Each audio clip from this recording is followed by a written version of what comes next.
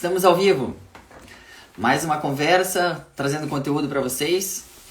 Hoje a gente vai conversar com um médico especialista, infectologista. O Dr. Marcelo, eu conheço já há algum tempo.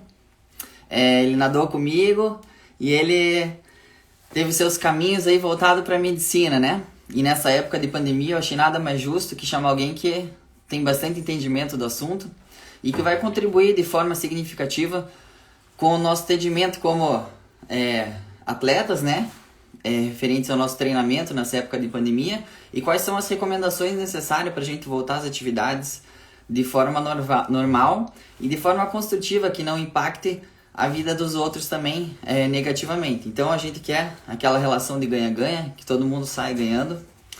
E até ele entrar aqui e pedir para me aceitar, eu gostaria de fazer um apelo, na verdade um agradecimento a toda essa classe da medicina, das pessoas que optam por esse curso, que é uma profissão desgastante, né? Todo mundo sabe, tem muita doação envolvida, é um comprometimento com a saúde alheia, né, de todos, e eu sei que é muito difícil, né, a graduação, é difícil o conteúdo, o aprendizado, o corpo humano é uma maravilha, mas às vezes as coisas não estão bem, e os médicos nessa hora que começam a agir. Eu já tive algumas vezes, aqui achei ele, tive algumas vezes nessa situação e sou muito grato. E nessa época de pandemia, vocês que estão atuando na linha de frente, aí fica meu sincero agradecimento e dizer que o trabalho de vocês é super importante. O doutor Marcelo chegou. Oi, Guilherme. Daí, doutor, tudo bem? Tudo bom? Tudo bem. Estamos. Quanto tempo, né? Pois é. Deu Prazer certo? estar aqui, Guilherme. Conseguiu entrar aí na live? Não estava acostumado, né? Com alguma dificuldade, mas eu consegui. Não, legal. Eu estava agradecendo aí a classe de vocês, da medicina, que vocês atuam justamente quando a gente mais precisa, né? E é uma profissão honrosa, quando a gente está em dificuldade, vocês usam tudo que vocês podem para fazer a gente se sentir bem, então a gente tem que estar muito agradecido mesmo. E também estou agradecido a você por poder disponibilizar esse tempo aí para espalhar conhecimento e discernimento para a gente. É um prazer, Guilherme. Prazer estar aqui. Bom. Marcelo, eu recebi teu currículo, tuas especializações, mas eu gostaria que você comentasse um pouquinho de como pode ter comentado o curso da medicina e como é que foi a tua especialização e como que é o teu trabalho hoje em dia. Então, eu fiz clínica médica, né, que é medicina interna, não é bem clínica geral, é especialidade em diagnóstico e doenças que não são cirúrgicas, né, do adulto. E depois eu me especializei em infectologia, gostava de bactérias, de infecção, me especializei em infectologia. E depois de fazer infectologia, eu comecei a trabalhar muito com UTI, então eu também acabei fazendo uma especialização em terapia intensiva. E hoje eu trabalho com infectologia, uma boa parte do tempo, sou professor de infectologia lá na Universidade Positivo, e alguns períodos também eu faço plantão na UTI lá do HC. Então, sou infectologia do HC, terapia intensiva lá do Hospital de Clínicas e infectologia lá do Hospital do Trabalhador. Então, eu estou bem envolvido com essa história aí do Covid nos últimos 6 meses. Tá atuando diretamente, então. Diretamente, Tá. E, Marcelo, só para contextualizar em linhas gerais, a gente já vai falar da Covid, mas eu queria te perguntar como atleta, você sabe alguma coisa de treinamento? Já treinou comigo, né? Como é que foi a tua experiência esportiva aí como atleta agora? Você já nadou, já correu? Guilherme, eu estava correndo, né? Uma, 2, 3 vezes por semana ali para tentar manter a forma. Academia fechada, né? Difícil, então eu acabei correndo na rua. E agora estou com meu joelho meio ruim, né, de tanto correr. Um pouco acima do peso também, talvez. E eu estou tentando andar de bicicleta. A bicicleta que eu comprei lá na época que treinava contigo, a minha Speed, estou lá com uma Speed. Sei. Levei ela para arrumar o câmbio e tal, coloquei ela em forma de volta e estou dando umas voltas de Speed agora. Legal. Então eu queria deixar bem claro que então você é um médico especialista, mas também conhece o esporte, também pratica esporte e sabe dos benefícios do esporte e usa isso na prática. Isso é legal para contextualizar, para falar com mais propriedade sobre até as atividades físicas. Sim. Que a gente vai falar mais tarde. Doutor, então eu queria que você explicasse da Covid, passasse um panorama geral e desde que começou e como estamos hoje, falar da doença, como que é, Só para o pessoal, né, Tá bom. entrar em contato certinho para saber como que tá hoje em dia, como que é a doença.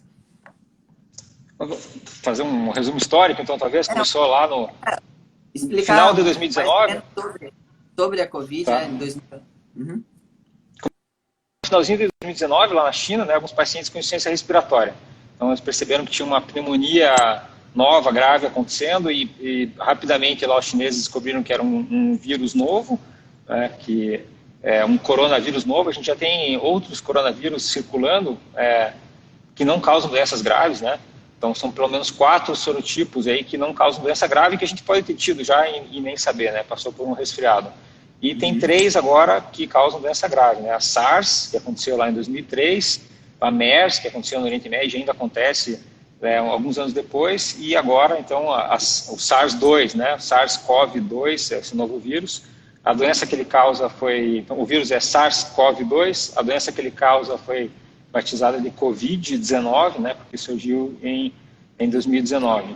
Uhum.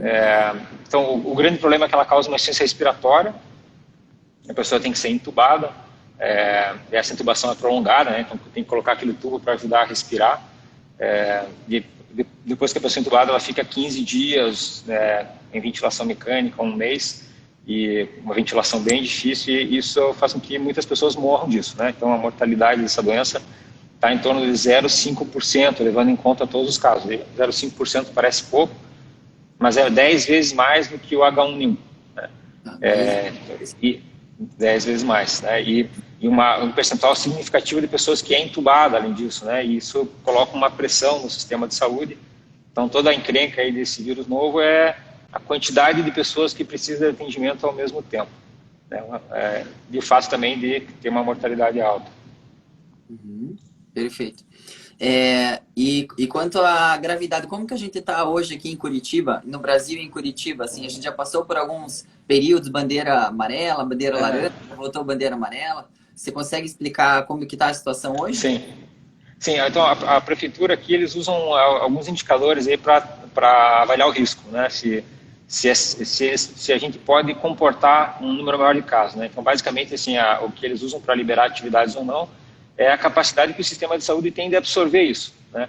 Então, quanto mais vagas de UTI livres, mais vagas de hospital livres tem, maior a capacidade do sistema de saúde de absorver, né? E eles levam em conta também a gente chama de TR, que é a taxa de reprodução, que é para quantas pessoas um indivíduo doente passa a doença. Então, a taxa de reprodução desse vírus, se não fizer nada, né, se não tiver nenhuma medida de controle, distanciamento social, é em torno de 2 ou 3. Isso quer dizer que para cada pessoa doente, no ciclo seguinte, ali uma semana depois, eu vou ter 2. Né? E daí isso vai em progressão geométrica, lá, então 1, 2, 4, 8, 16. Então, rapidamente, em poucas semanas, a gente tem, né, uma quantidade enorme de pacientes que precisam de atendimento. Então, no começo da epidemia, a gente tinha 2, né? Agora, com medidas de controle, agora, de 2 semanas para cá, a gente atingiu uma taxa de 0,8. Né? Isso quer dizer que cada pessoa doente gera 0,8, né, pessoas doentes. Então, está diminuindo. Isso. Se Está diminuindo. fosse um, estaria igual, 0,8. Estaria igual, exato. Então, isso indica que talvez... Até porque as pessoas precisam de atendimento, daí precisam ser entubadas, no caso, conforme você falou antes, né? Então é bem preocupante, entendi.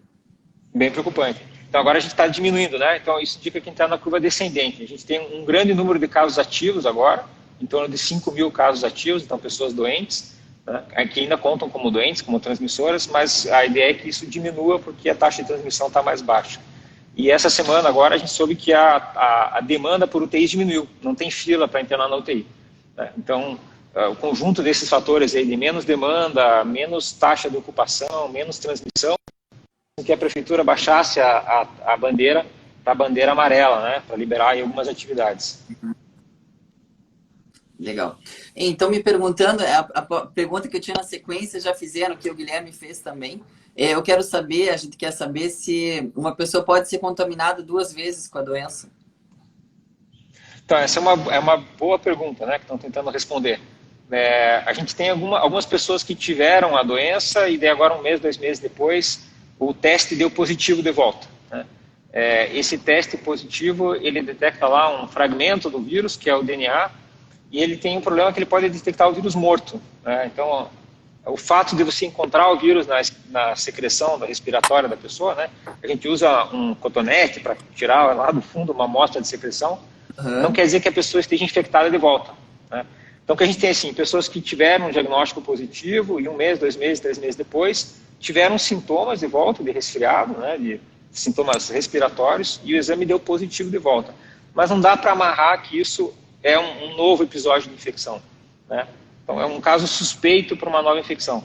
Se isso acontecer, é a exceção, né? Então, a ideia que a gente tem hoje é que é uma vez só, né? E da minha impressão pessoal, Guilherme, né, para passar de uma opinião minha, mesmo que a gente tenha 2 vezes o vírus, né, excretado, acho que é possível que a gente excrete ele 2 vezes pelas vias aéreas, o vírus vivo, viável, é improvável que você tenha a doença 2 vezes, né? Então, que você vá parar na UTI 2 vezes, que você vá parar no hospital 2 vezes, que precise de oxigênio 2 vezes. Então, acho que a doença, Covid, é uma vez só, mas a infecção pelo vírus talvez realmente seja mais de uma vez.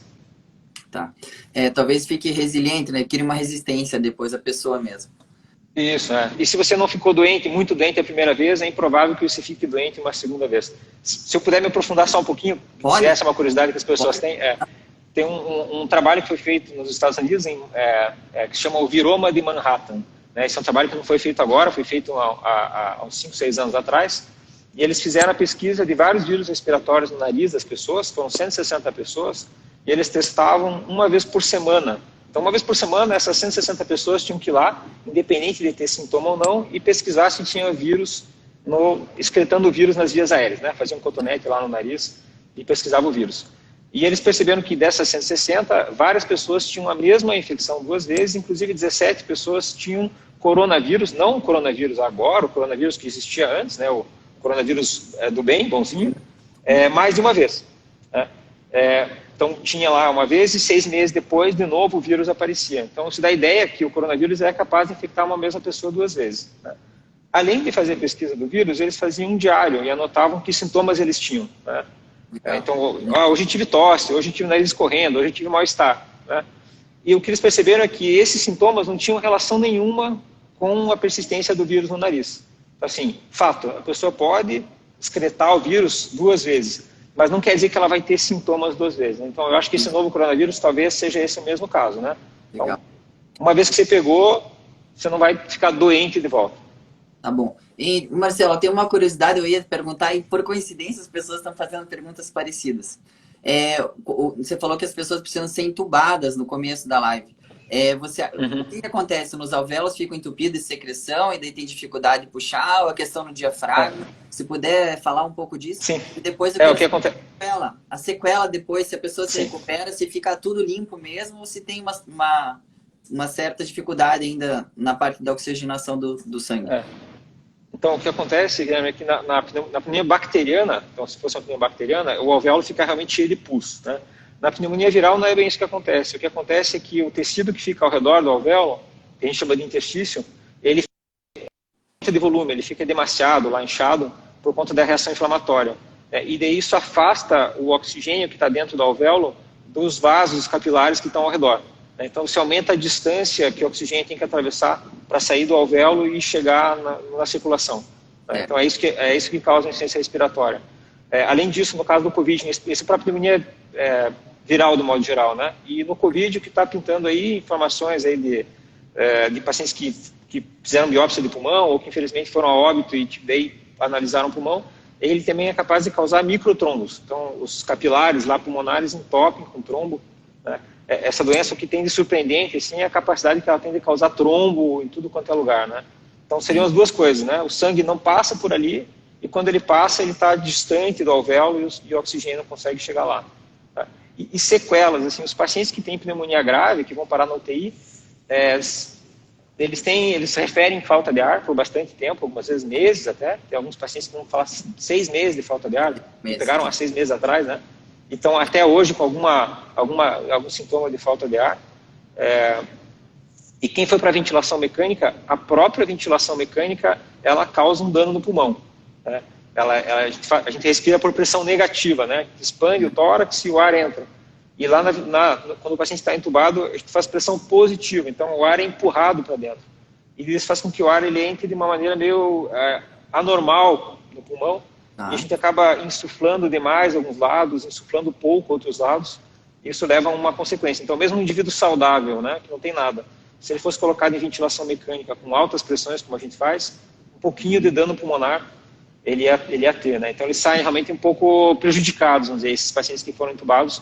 Não dá para dizer assim que é vida normal, né, imediatamente, não. Ele vai ficar algum tempo ali se recuperando, com certeza.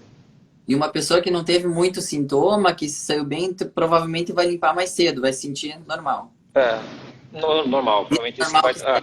Entendi. A manifestação clínica vai desde nada, não tem nada, absolutamente nada, né? Você vai lá, faz o teste e dá positivo, né? E a pessoa não lembra de ter tido nada, até essas manifestações bem graves, né? Então, não é incomum alguém fazer o exame lá, dar positivo, é o meu caso, né? Eu fiz o teste, a gente fez de rotina no hospital, né? E a sorologia deu positivo, né? Pergunta se eu senti alguma coisa, eu não senti absolutamente nada. Tá, entendi. Só para deixar claro, o sangue, ele faz a perfusão, o alvéolo tá lá, o sangue fica bem coladinho no alvéolo, Marcelo. Isso. Troca por osmose, por pressão, por diferença de pressão, né? Aí então você fica mais longe essa troca e daí não acontece. Isso, ele tem um edema intersticial, né? Ele incha ali, afasta, né? Pela própria reação inflamatória que o vírus causa. Mas a princípio o alvéolo está desocupado, ele está aberto e o ar consegue chegar, né? Ele é que tem dificuldade de atravessar essa barreira aí. Beleza, entendi. Assim as pessoas também acompanham comigo. Eu tenho uma pergunta em relação ao exercício, doutor. A questão das máscaras, tem diferença nas máscaras? A gente sabe que tem umas são mais finas, outras são mais grossas. Eu queria perguntar para você a diferença delas para fazer exercício. Se qualquer uma tá bom, se algumas são piores que outras. Como que seria usar para fazer exercício físico as máscaras hoje em dia? A gente tem três níveis de proteção, né? Então a gente tem a máscara de pano, né? O ideal é que ela seja feita de algodão, um algodão denso, né? A ideia é que seja a densidade de uma fronha de travesseiro, por exemplo, né? E que ela tenha 2 camadas. Essa é a proteção mais simples, a máscara caseira. Depois a gente tem a proteção da máscara cirúrgica. A máscara cirúrgica ela tem 3 camadas, né? E as 2 camadas de dentro e de fora elas são repelentes à água, elas não deixam a água atravessar. Elas são um tecido que a gente chama de tecido não trançado, TNT, né? Então ela é muito fechada, né? O vírus não passa, né? As gotículas não passam, e ela tem um espaço no meio. É a máscara cirúrgica. E a terceira nível de proteção é aquela máscara PFF2, N95, que fecha bem, né? A gente vê algumas pessoas usando isso. Essa máscara ela tem uma trama fechada também, mais fechada, e ela tem uma capacidade eletrostática ali de impedir a passagem de partículas bem finas. Tá? E essa máscara é a mais segura de todas, né? Em termos de filtrar o ar. Por outro lado, essa máscara N95, que é a mais segura, a gente precisa exercer um pouco de esforço para o ar passar por ali, né? Ela tem que ficar muito bem adaptada, o ar não pode passar ao redor, né? Então ela tem que ficar com o elástico muito puxado, bem apertado, e o ar não pode passar ao redor. Tá? E para você respirar através dela, você faz um esforço. Então, essa máscara é sufocante, né? Eu não consigo, acho impossível praticar exercício com ela. Né? E também não deve usar. Uhum. Essa máscara está reservada para uma situação de hospital em que eu quero filtrar um tipo de partícula muito fina que chama aerossol. Né? Então, ela está reservada para o hospital. A gente não deve usar isso na rua, no mercado. Né? É bobagem, é cansativo, né? E desnecessário. Esse aerossol não existe no ambiente. A máscara cirúrgica ela é confortável, ela é boa para respirar, acho que ela é boa para fazer atividade física também, mas ela está em falta no mercado, né? Agora talvez está regularizando um pouco a oferta disso, mas é o que se pediu para as pessoas é que não usassem, porque senão vai faltar para usar dentro do hospital, né? Então o que se recomenda é que as pessoas... então ela é um pouco mais eficaz que a máscara de pano, fato, ela filtra melhor, mas a ideia é que a gente não use para não gastar essa máscara que é preciosa, né? Ela não está em falta no Brasil, ela está em falta no mundo inteiro, né? O lugar onde o maior centro de fabricação dessas máscaras é em Wuhan, que é a cidade onde começou o coronavírus, né? Então, logo no começo, o Wuhan parou de produzir máscara, o consumo aumentou, então a gente teve uma falta de oferta dessas máscaras muito importante e todo mundo ficou bem assustado. Então, não é muito legal usar essas máscaras mesmo que você tenha, né? Então, o que a gente pede é que as pessoas usem máscara de pano, que é a máscara de tecido de algodão, né? É importante que seja de algodão, porque ele é mais trançado, parece que seja o mais eficaz, né? 2 camadas. Né? Essa não tem muito problema do ar entrar ao redor, porque um pouco a ideia é essa aí, que se respire mais facilmente e tal. Ela oferece um pouco menos de proteção. Né? E ela é confortável, eu acho, para fazer exercício físico, na minha opinião. Ela é confortável, dá para respirar, talvez vai cair. Eu vou querer chegar nesse ponto porque algumas pessoas falam que é desconfortável. Eu também não gosto muito de usar, mas eu sei que é importante. Eu queria saber se existe estudo a respeito, se atrapalha a respiração, se diminui o VO2, se tem algum problema, ou mais é frescura nossa mesmo, que a gente está acostumado e agora tem que usar. Eu acho que ela aumenta um pouco o esforço, né? Porque o movimento que ela faz é você que está exercendo esse esforço aí, né? Quando ela colaba ali, e o ar, claro, passar pelo pano ali, ele vai te cobrar um esforço, né?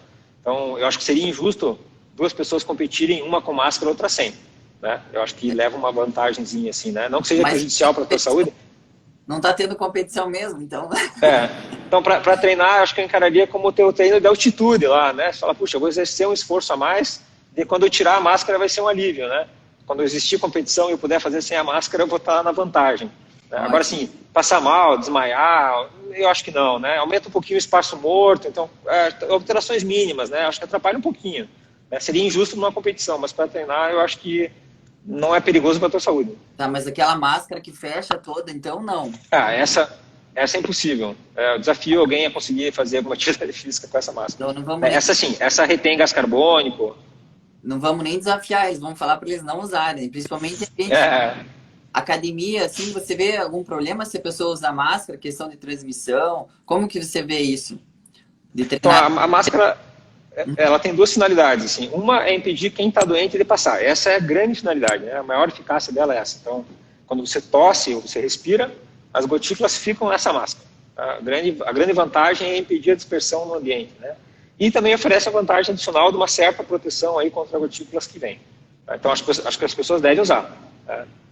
Por respeito aos outros e além de proteger a si mesmo, protege aos outros. Tá. Aí 95 não, né? Mas acho que mantendo as precauções necessárias, por exemplo, não tem problema. É difícil se contaminar usando a máscara. Bem mais, reduz bastante. Reduz bastante, principalmente porque se todo mundo usar, né? Então, assim, se tiver só você no ambiente e ninguém tiver de máscara, vai ser menos útil. Agora, se todos estiverem, daí o ambiente todo está mais protegido, né? Porque o que é o problema?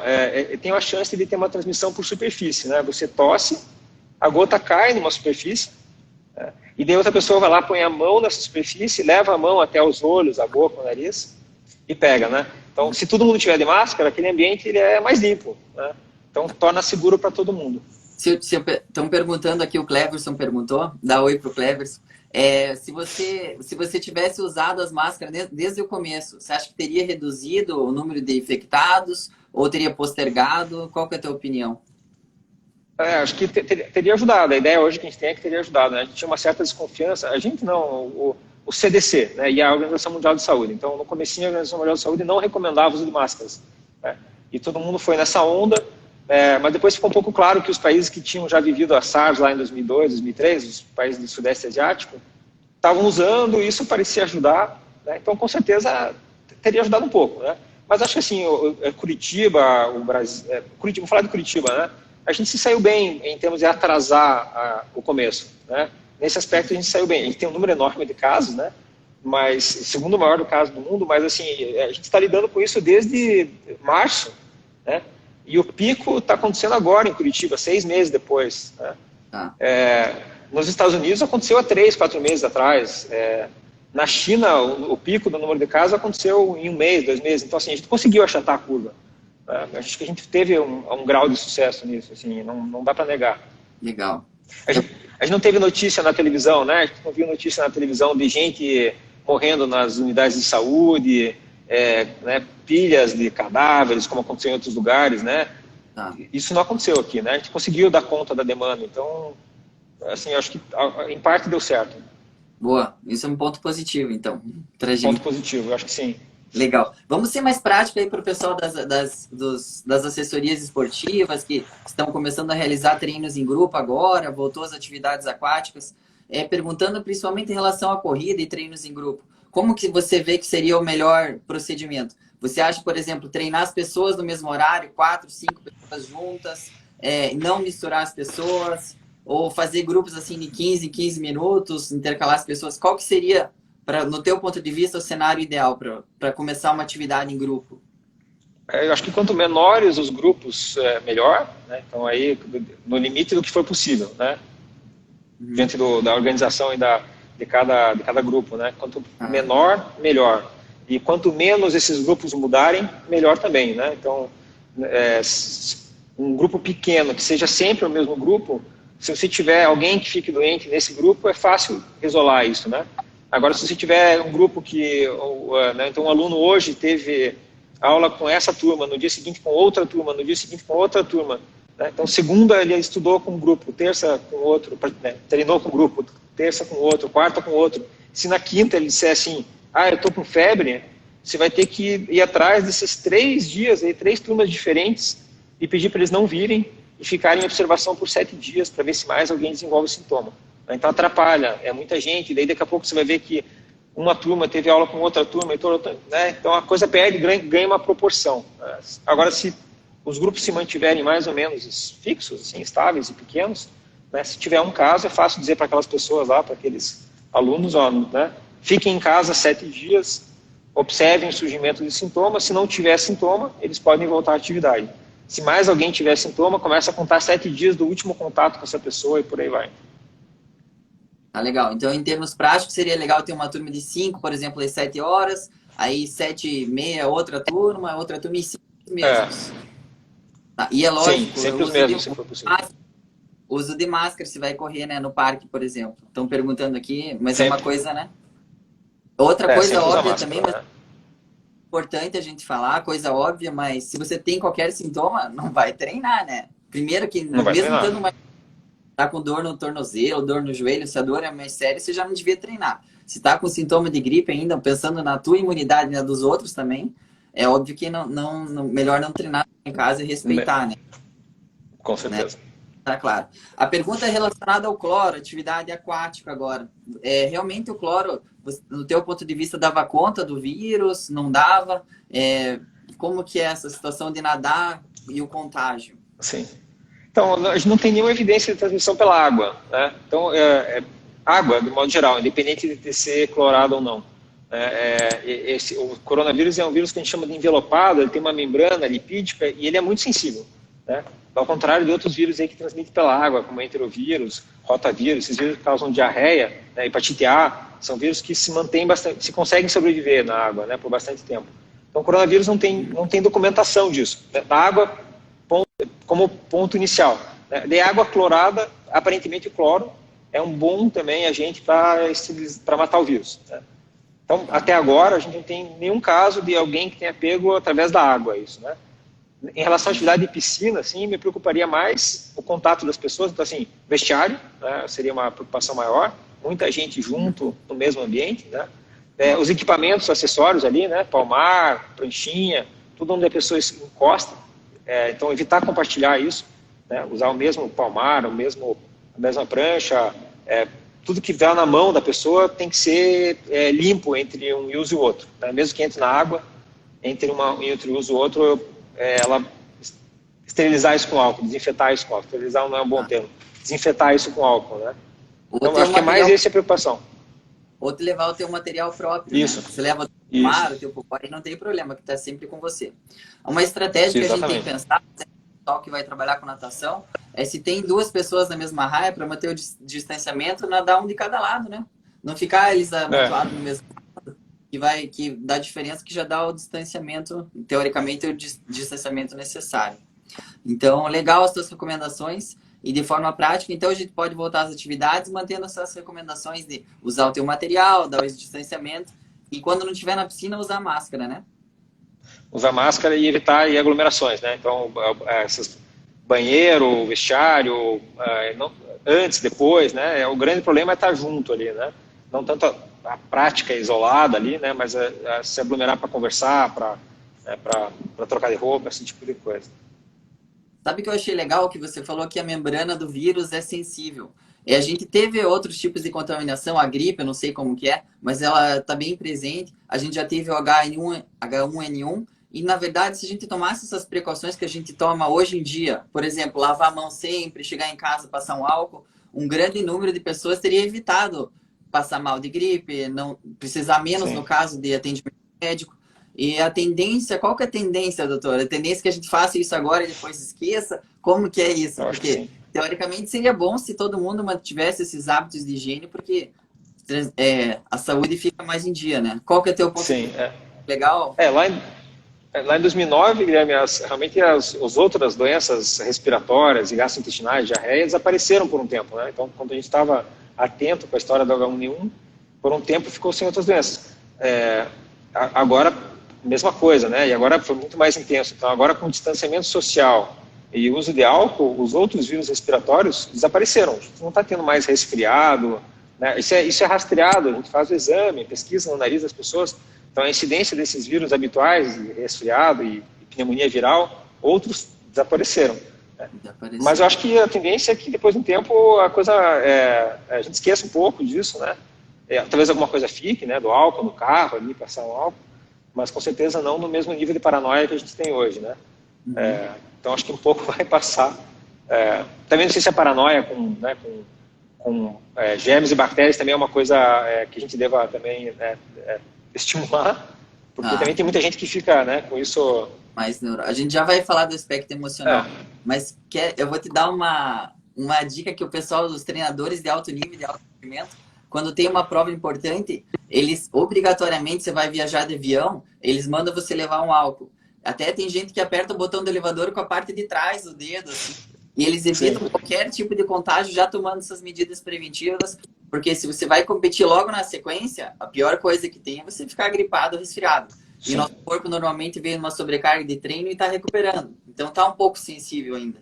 Então é importante esses cuidados quando o atleta, o pessoal que está ouvindo, quando eles forem se competir, quando forem competir a próxima prova, independente de ter o surto ou não, atender esses requisitos básicos aí para não piorar a tua saúde no dia mais importante. Então fica uma recomendação minha aí, que vale a pena, e essa recomendação não é só minha, é dos principais treinadores de todas as equipes aí de ciclismo, de triatlon do mundo todo.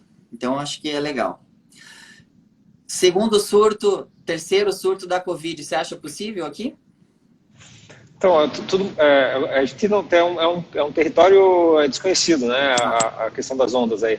E todo mundo esperava que, assim, o que aconteceu na China, de ter controlado e não ter mais praticamente nenhum caso, é muito surpreendente, né? Todo mundo achou que eles controlariam a primeira onda e teriam outras ondas, né? E acabou lá, né? Eles zeraram, eles não têm mais, eles têm um mínimo de casos, 200, 300 casos, né? Para um país daquele tamanho não é nada.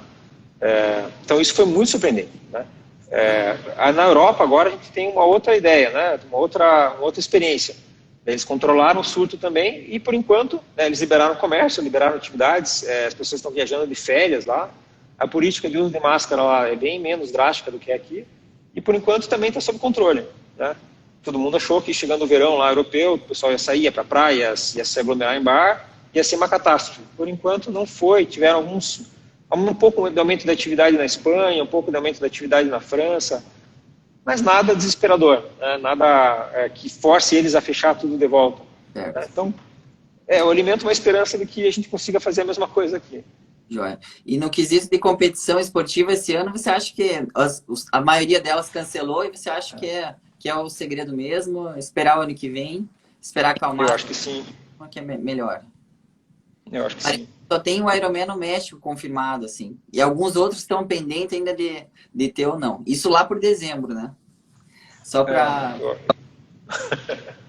Eu acho difícil que aconteça, né? Porque não tem como evitar aglomeração, né? Tá na essência né, da coisa, né? Aglomerar, né? A ideia é essa, né? Juntar todos os atletas, os espectadores, né? Então, não sei se vale alguma coisa, né? Cancelaram as Olimpíadas, né? Cancelaram. Prejuízo maior do que esse, mas... Né? Mas acho que vai ter ano que vem, né? Eles só adiaram. Vai ter ano que vem. está tendo também, vai ter ainda esse ano. Então, as competições têm a tendência de ir voltando aos poucos, mas mais para os profissionais, né? Por exemplo, as partidas de futebol tá sem o público, né? Que eu acho que vai ser o retorno gradual, vai ser assim. Mas é isso aí. Primeiro a gente tem que dar importância para o outro também só, né? Se a gente for se aglomerar, a gente vai acabar contaminando, vai acabar atrapalhando a vida de muitas pessoas que a gente não quer, né? Não é esse o desejo. O desejo do esporte é que todo mundo saia ganhando, né? Então, tem que ser feito dessa forma. Algumas coisas também... Pode falar. Eu vejo como injusto também a história de voltar a algumas atividades. A gente tem que levar em conta também que tem pessoas que não querem, né? Então, seria injusto com algumas pessoas também, né? Colocar em risco, né? Então, por isso que eu vejo que algumas atividades na escola, né? Tem gente que quer ir e tem gente que não quer ir de jeito nenhum, né? Que tem medo, que não quer ir. Né? Então, é difícil equilibrar essas duas coisas também, né? Se você colocar lá uma competição que a pessoa está disputando pontos ou é um campeonato, né? E você disser que se ela não for, ela vai perder, acho que coloca as pessoas numa situação difícil também, né? De ter que dizer, puxa, eu tenho medo de ir, mas se eu não for, o meu rival vai competir e eu vou ficar para trás. Eu acho que tudo isso tem que pensar também, né? Não obrigar as pessoas, é difícil. Perfeito, gostei do posicionamento. Eu queria perguntar mais duas coisas específicas da doença, daí a gente vai falar do aspecto emocional um pouco, que eu gosto bastante dessa área, e vou te fazer umas perguntas chaves aí. Primeiro, eu quero saber de remédio, se tem um antídoto para a doença.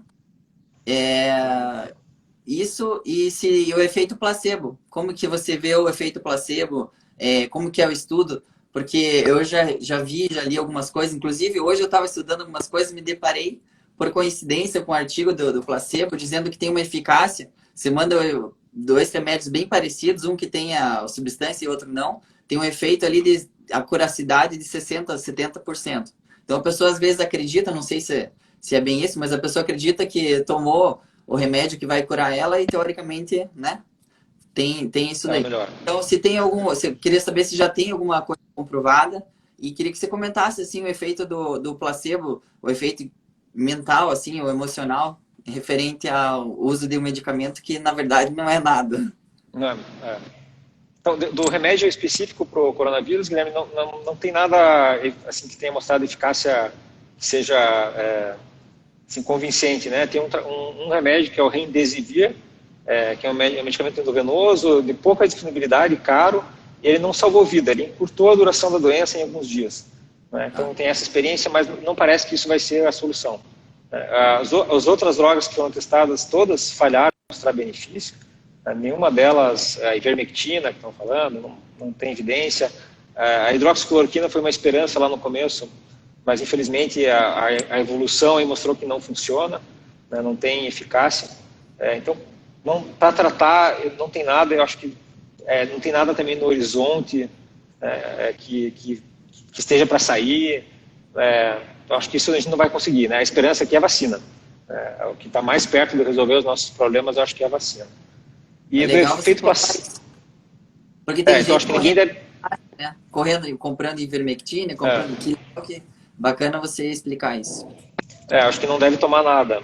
O que provou eficácia para os pacientes que usam oxigênio, que estão internados graves no hospital, é o corticoide, dexametasona, anti-inflamatório, que ele vai diminuir esse inchaço ao redor do alvéolo e vai facilitar a troca de oxigênio, né? Então ele não é exatamente uma coisa que mata o vírus, né? Ele diminui o efeito e isso acaba salvando algumas pessoas que têm uma quadro mais grave. Então o que a gente está fazendo hoje no hospital é isso aí, dar para os pacientes que internam oxigênio, corticoide, né, para os que estão precisando de oxigênio, e daí depois se ele piorar, ele vai para a ventilação mecânica, que é o que a gente sempre fez, né, vamos dizer assim, o feijão com arroz, não tem milagroso, né, nenhuma novidade maior. E do efeito placebo, com certeza tem comprovação do placebo, é uma coisa que funciona, né, extraordinariamente bem. Ele funciona, algumas pessoas acham que ele funciona porque você está sendo enganado, né, você não sabe, você acha que está tomando um remédio, né, mas tem estudo que eles fizeram dizendo para a pessoa, olha, você vai tomar isso aqui, e isso aqui é açúcar, né, e mesmo sabendo a pessoa melhora também, né, então ela tem uma dor, mesmo sabendo, então parece que o que acontece assim, é o lado emocional, como você comentou, da pessoa sentir que está sendo tratada, né? Então ela se sente atendida, tratada, ajudada, e isso ajuda, né? Isso melhora o sintoma, né? Então efeito placebo com certeza existe, né? Tem até o pessoal que é esportista tem um efeito placebo cirúrgico. Então tem um estudo fantástico que fizeram há uns anos atrás, acho que uns 15 anos, era o médico que atende a equipe de basquete lá do New York Knicks, e eles estavam na dúvida se fazer irrigação com solução salina para os pacientes que têm dor no joelho, dor articular, aliviava a dor ou não, para quem tinha artrose, né, lesão ali da cartilagem do joelho. E eles bolaram um estudo que avaliaria o efeito placebo da cirurgia. Então, alguns pacientes eles fizeram a cirurgia e fizeram a irrigação, para outros pacientes eles fizeram a cirurgia e não fizeram a irrigação, e para um terceiro grupo eles cortaram a pele, né, para fingir que fez uma cirurgia, anestesiaram o paciente, isso passou por um comitê de ética, anestesiaram o paciente, tinha uma televisão reproduzindo a cirurgia, os sons da cirurgia, ele falava, me passe uma pinça, me passe né? Então, toda a cirurgia como se fosse, mas sem ser, né? Fingindo, e isso ajudou a tratar. Então, a conclusão que eles chegaram?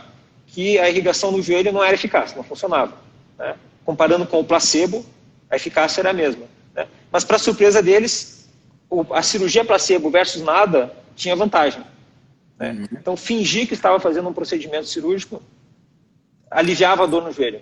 Era excelente. Tem o efeito... tem o efeito placebo até na cirurgia, né? Não só no comprimido. Só de você achar que foi feito um procedimento, que você foi atendido, né? Que você está fazendo alguma coisa por você, pela tua saúde, isso já ajuda. A gente já sabe que o aspecto emocional influencia de forma grandiosa na tua saúde como geral. Não é só tomar vitamina, né? Ter hábitos bons, pensamentos bons. Isso faz tua imunidade ficar lá em cima. Na verdade, acho que é um escudo ali para qualquer tipo de doença. Não só para a Covid, mas como para qualquer uma, né? Então, eu até vou fazer umas situações e vou perguntar a tua opinião aqui, ó. O doutor Marco Aurélio da Silva, ele escreveu o livro Quem Ama Não Adoece. E ele frisa o papel dessas emoções conscientes e subconscientes tanto na cura como na manifestação de uma doença. Um livro bem interessante. E Freud disse, em última instância, precisamos amar para não adoecer. E não assim, referente a uma outra. Questão de cultivar mesmo hábitos bons, uma sensação boa consigo, com os demais, que isso, na verdade, como se aumentasse a nossa vibração e o vírus não conseguisse chegar nessa vibração tão boa que a gente está cultivando esses hábitos bons.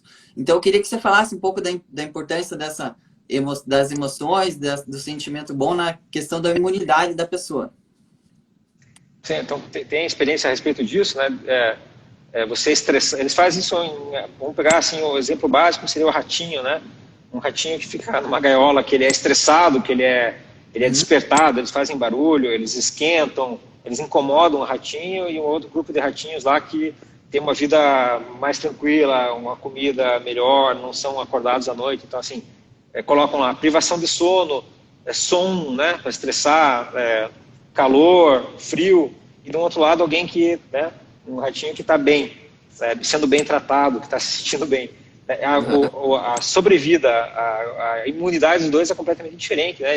A gente pode medir isso com dosagens hormonais, afeta a dosagem hormonal, né? Então, com certeza, a tua sensação em relação à vida, né, o estresse, como você se sente, como você leva a vida, tem um impacto orgânico ali, né, em imunidade, chance de desenvolver neoplasia, câncer, né? Está bem comprovado também. Então, com certeza, aí você tem toda a razão que você se sentir bem, né, aumenta a tua imunidade, e que talvez é uma coisa que está sendo deixada de lado agora no coronavírus, né? O que a gente pode fazer para não pegar, além do isolamento social? É isso aí que você falou, né? Tá. Eu queria perguntar justamente o contrário. Eu fiz a pergunta de uma maneira positiva, mas queria perguntar o contrário também. Se a pessoa tem muito medo de pegar o vírus ou fica ansiosa demais, isso também, surgindo, pensando nessa lógica, a pessoa vai ter mais tendência de enfraquecer sua imunidade e tem mais probabilidade de contaminar, certo? Certo, com certeza. E outras coisas no futuro, né? A gente já sabe que as doenças mentais são a terceira onda, a segunda onda, a terceira onda vão ser doenças mentais, né? Ansiedade, depressão, por conta desse período que a gente está vivendo aí. Que, por sinal, são bem graves também da mesma forma, né? Também. Então, a maneira como a gente conduz a vida é muito importante, no caso. Eu vou ler duas perguntas aqui ainda referente ao vírus. A primeira é se o clima impacta na contaminação, por exemplo, mais calor na Europa agora diminui o contágio. E o Guilherme Tramujas perguntou quais os fatores relevantes para o grau de contágio. Então, o clima e fatores relevantes do grau de contágio.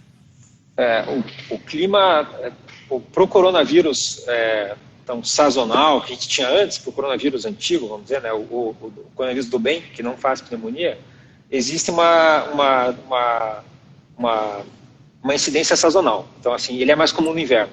Tá?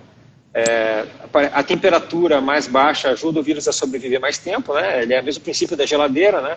Quando você põe uma bactéria, um alimento na geladeira, ele não estraga porque as bactérias ficam mais tempo preservadas lá, né? Elas ficam paradas, elas não se reproduzem e também não morrem, elas ficam em animação suspensa. E o vírus também é a mesma coisa, o frio parece que ajuda ele a sobreviver. E também no inverno as pessoas se aglomeram mais, né? A gente tende a ficar em espaço fechado, né? Sai menos, tende a fazer mais reuniões fechadas. Então, essas duas coisas podem contribuir para a maior incidência do coronavírus habitual no inverno. O coronavírus novo, a gente não observou isso. Né? Não deu tempo ainda de saber se ele vai seguir o mesmo padrão. Né? Possivelmente sim, mas não parece uma coisa tão importante. Se você for pensar no Brasil, o segundo pior lugar foi São Paulo, né, em termos de número de casos. E o segundo pior lugar foi Manaus, né, que é quente, né, o ano inteiro, não tem sazonalidade lá, né, e teve uma incidência horrível, né. Na época que a Itália estava sofrendo muito, a Itália estava muito frio, o país que estava começando a surgir também, aumentar o número de casos, era o Iraque, e no Iraque estava quente, né. Então, assim, possivelmente tem um impacto, mas não vai ser um impacto assim da água para o vinho, do dia para a noite, né? Vai ser um número um pouco menor, um pouco maior, conforme a estação. Né? E eu não entendi muito bem assim, de aspectos relevantes do contágio, assim, será que ele quer saber o que aumenta o contágio, será? Acho que sim, né? Então a proximidade com certeza é uma coisa que aumenta, né? Sabe que quanto mais pessoas vivendo junto, mais denso, maior número de casos, né? Acho que esse é o principal fator aí que influencia no contágio. Uhum. Entendi. Eu tenho uma pergunta, eu tenho alguns atletas que treinam, que têm uma condição aeróbica melhor, e alguns já tiveram a Covid, outros não, a maioria não teve. Eu percebi que menos pessoas ficavam, ou até tinham sintomas, não tinham sintomas nenhum, mas eu queria que você pensasse assim, ou se você tivesse uma ideia, se a capacidade aeróbica diminui a seriedade da doença do pulmão. Porque você falou que diminui Sim. a perfusão pulmonar. Vamos supor que um atleta que tem um VO2 mais alto vai ter menos impacto, será? Porque a gente percebe que as pessoas mais agravantes na doença são pessoas que estão acima do peso, fumantes. Isso. Então, eu queria saber se estabelecesse uma relação para o outro lado. Se os atletas, por ter uma capacidade aeróbica maior, talvez tenham menos sintomas? Com certeza. Com certeza vão ter menos sintomas, né? Menos chance de adoecer. Esse ponto que você tocou da obesidade é um ponto muito marcante, né? Então, eu colocaria hoje que a gente tem dois grande grupo de risco é idoso, né? E tudo impacta aí, né? Com certeza tem uma capacidade respiratória menor, cardíaca menor, né? Então, os idosos são o maior grupo de risco. Tirando os idosos, olhando para as pessoas que têm entre 20 e 50 anos, o principal fator de risco é a obesidade, né? E daí a obesidade, a gente não entende muito bem o que na obesidade, né?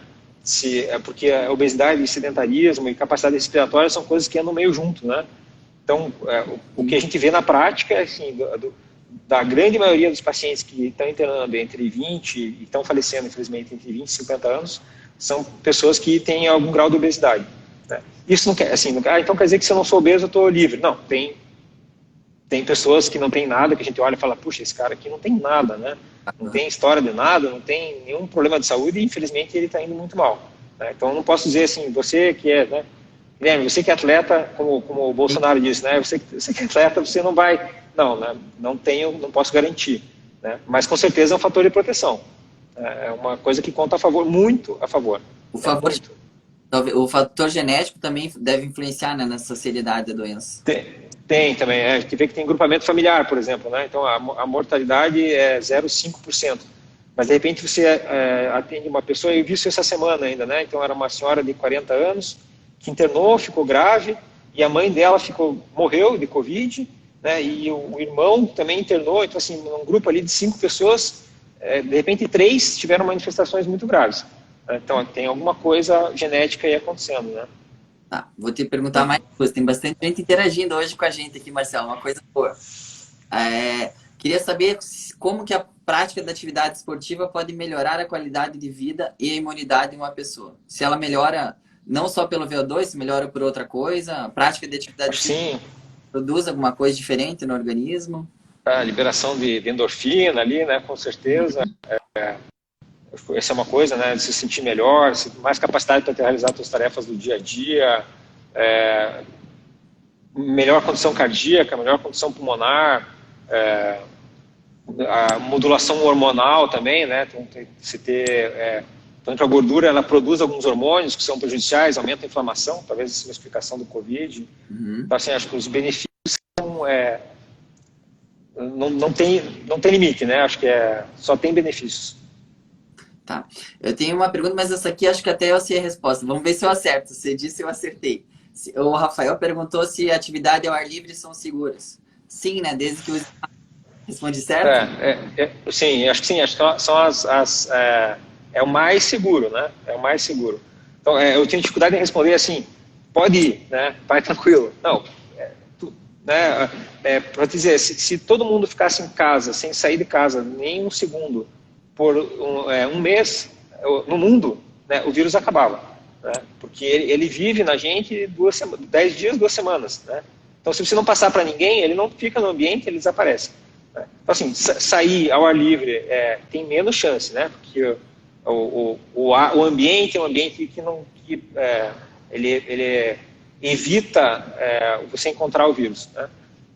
Mas assim, se você for ao ar livre e daí você terminou de correr e você ficar conversando com 15 pessoas ali, né, no grupinho, aí o teu benefício do ar livre ele diminuiu bastante, né?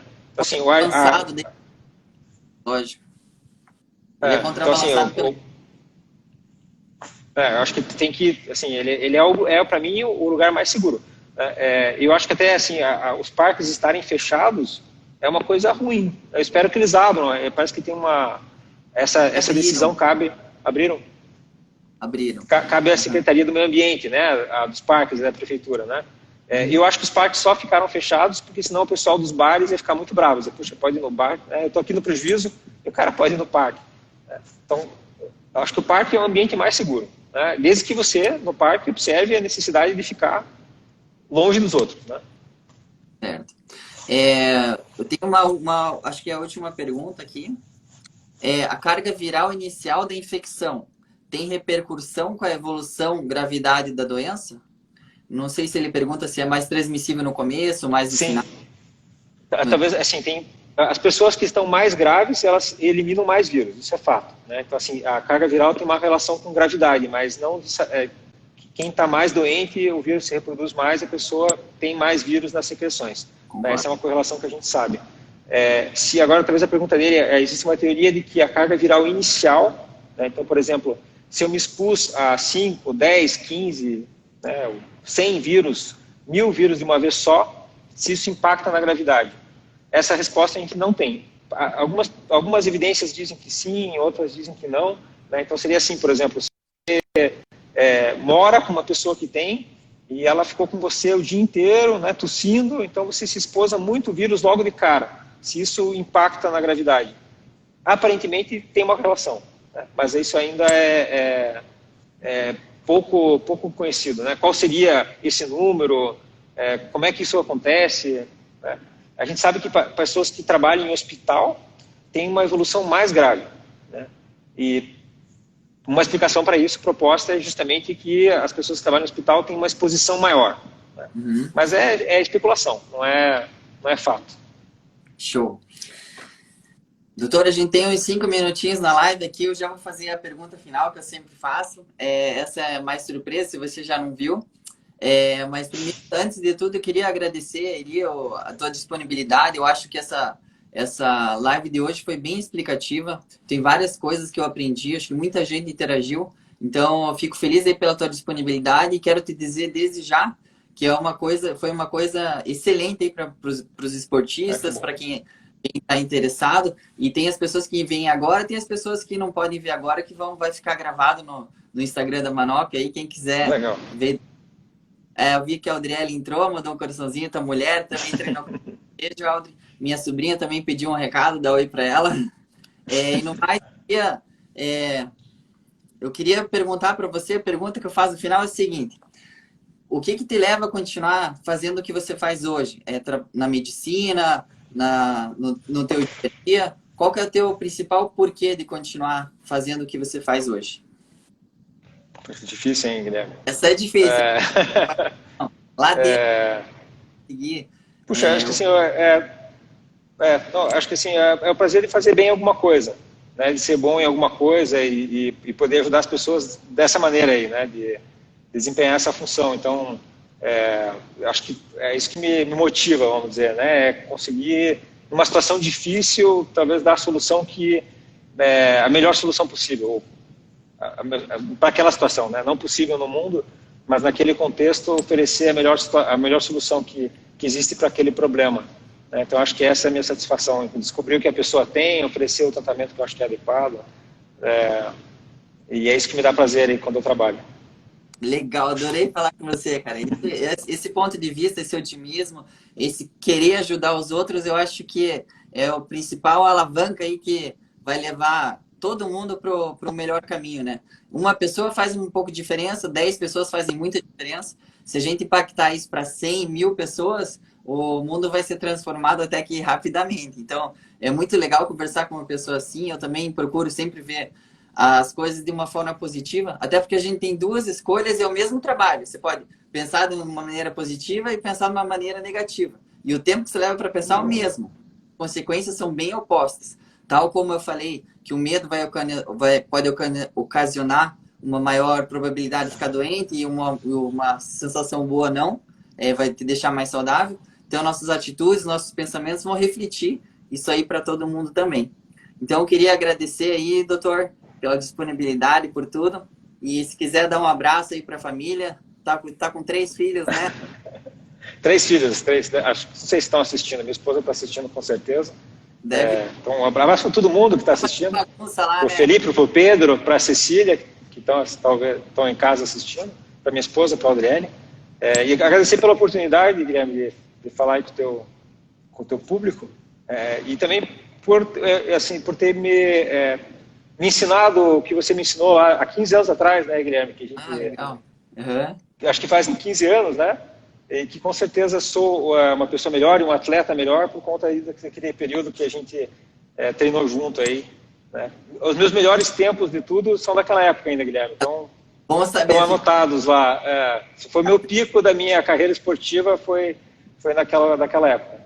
Não, mas que legal que você inventou por um caminho aí de altruísmo aí e tá fazendo um bem maior aí para as pessoas. E fico feliz em saber que você estava bem naquela época também, né?